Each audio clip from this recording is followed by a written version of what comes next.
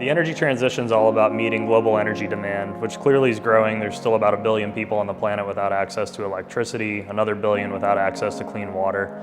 So it's meeting that challenge while also transitioning to a lower carbon economy, which is obviously a huge challenge, but also a huge opportunity for the energy industry.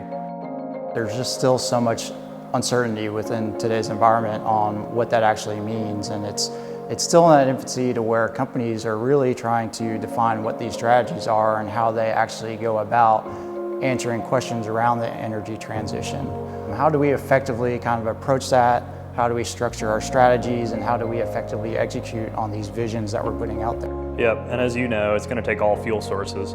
Oil's not going away, gas isn't going away. Gas we view as a major transition fuel, but the renewable fuel sources will continue to grow at probably an exponential clip, but we're going to need all of them.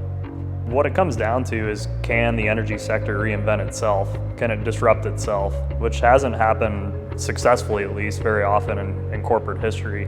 Blockbuster didn't do Netflix. Barnes & Noble wasn't able to reinvent itself and pivot to the Amazon model. So that's kind of the challenge here for the energy sector, is can we reinvent ourselves as a sector? Which is hugely challenging, but also a huge opportunity. I mean, it's not every day that you get to create an entirely new business model from scratch. The energy sector doesn't really have a choice. There's a few different drivers here. There's, A, it's the right thing to do, and I think a lot of them, particularly the Europeans, leading the way. We've all seen BP and followed what they're doing.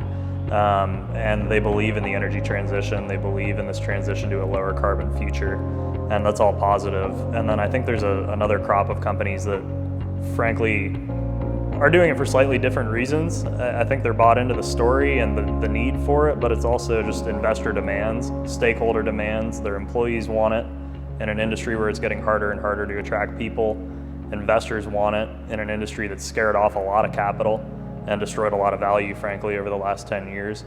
Companies feel like they don't have a choice. They're getting on board with the energy transition. They have to have a story around sustainability, and we're seeing that in our clients.